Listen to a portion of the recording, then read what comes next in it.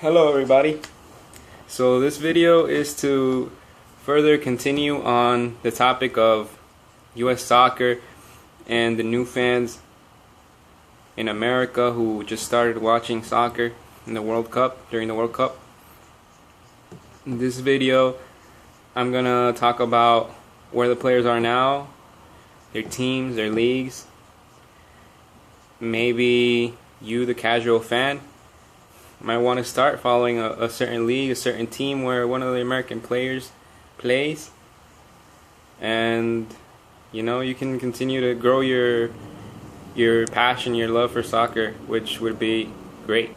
Okay, so number one on the list is Clint Dempsey, the captain, the most important player on the US squad, the most popular probably on the team. He plays for Seattle Sounders in the MLS. Seattle Sounders being a very, very good MLS club. They have good support from their fans. If you watch a game on TV, you will notice that the atmosphere is pretty awesome. It's like Europe. It's like watching a European club. And DeAndre Yedlin, who wasn't really a starter, he also plays for the Sounders. They're a good club. They're always competitive. Next we got Tim Howard, the goalkeeper, the super goalkeeper, Superman. Seemed like nothing could get past him. He erupted in popularity after the Belgium game. He plays for Everton in the Barclays Premier League, the EPL, English Premier League, whatever you want to call it, in England. A very, very good league. Probably the best competition. Maybe it doesn't have the best teams in the world, but it's the most competitive, because other leagues like the German and Spanish league, they have 2 or 3 elite clubs, but that's about it. And those 2 or 3 elite clubs will fight for the title every year.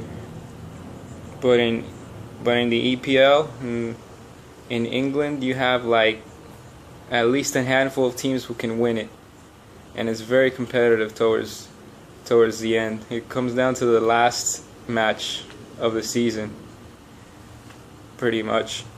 So yeah, Tim Howard plays in that league. It's a very good league. Everton is not one of the best teams in that league, but they're not Manchester United, they're not Chelsea, they're not Manchester City, but they're right below. They're there. They're mid-tier, mid-table. They're very competitive. Next we have Michael Bradley, the midfielder. Some people would argue that he didn't have such a good World Cup. He had a few subpar games. He plays for Toronto FC in the MLS. He recently moved there. He used to play in Roma. Had a good season in Roma. But now he plays for Toronto. Toronto's pretty good. They have some international players who are pretty good. Julio Cesar, Brazil's world goalkeeper.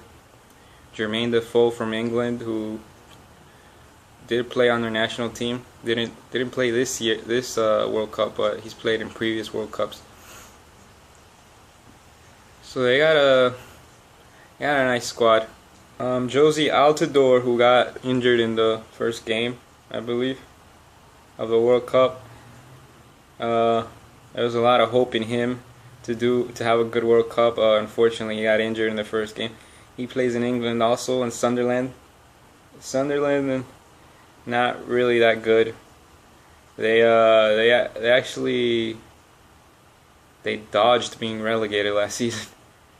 So yeah, they're bottom of the table, low tier English Premier League team. Jermaine Jones, who was one of the more popular players because of his good performances in the World Cup. an amazing goal against Portugal. He plays in Turkey for Besiktas. Honestly, I haven't seen a lot of Besiktas game here in the States. It's hard to get them on TV, but you can always follow a Turkish club on online. If you have internet, you can always get the game online. So if Jermaine Jones was one of your favorite players, you might want to watch him play in Turkey. But I've also heard he's interested in a move to MLS, so that would be awesome. That would be awesome. Graham Susie and Matt Beasler from Sporting KC. Sporting KC, another very good MLS club with very good support. And I think Kansas City is actually going to be the home of U.S. soccer. Like, they're going to play qualifiers there.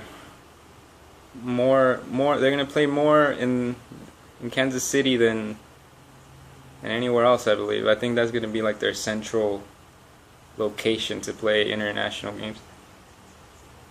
They just signed long term, I think, for Sporting KC. So that's good news for them and for MLS for the growth of the league. Because I think Matt Beasler actually had interest from Europe, but he decided to stay.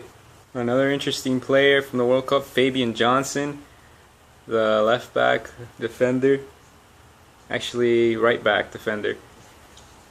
He plays in Germany for Borussia Mönchengladbach. He turned a lot of heads. He had good performances. I even heard of some interest from big clubs. He was pretty good. Jeff Cameron, the central defender for the U.S., who some people might argue he didn't have such a good World Cup. He had a lot of mistakes in some games, made a lot of errors. But he also plays in the Barclays Premier League for Stoke City, another low-tier club in a really good league.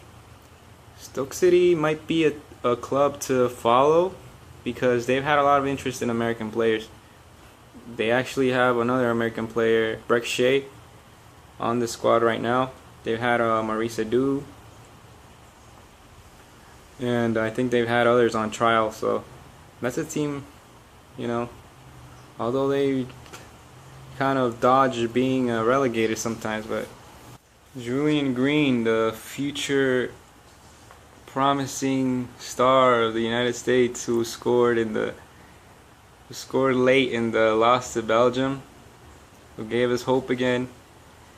He plays for Bayern Munich, one of the top elite clubs in the world, top 3.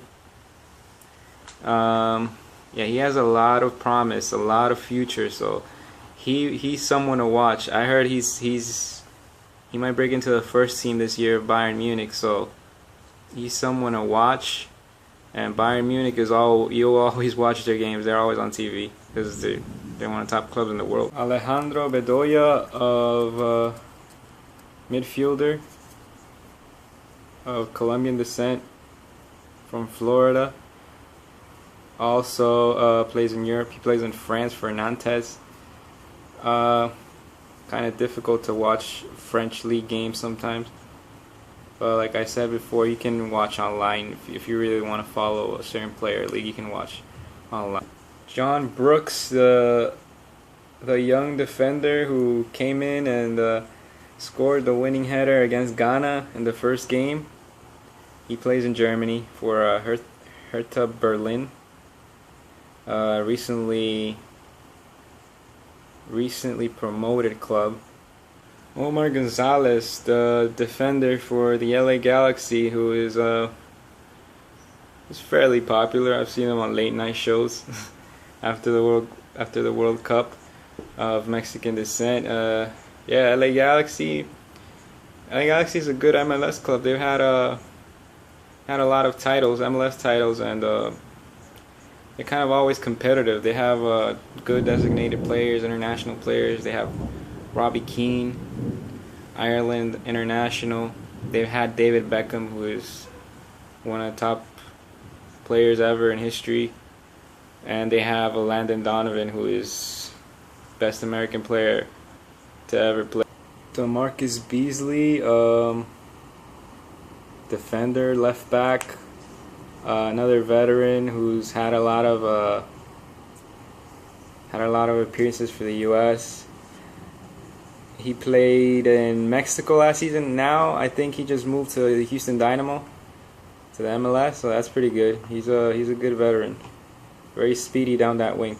Other players that I might have forgotten, Kyle Beckerman and Nick Raimondo play for Raw Salt Lake in Utah in the MLS. Raw Salt Lake, also a good competitive MLS club, always in the playoffs, always battling for titles. They have some titles too. Timmy Chandler, defender, plays in Germany also. Brad Davis plays in Houston, I think. And Chris Wondolowski, not very popular for missing that goal.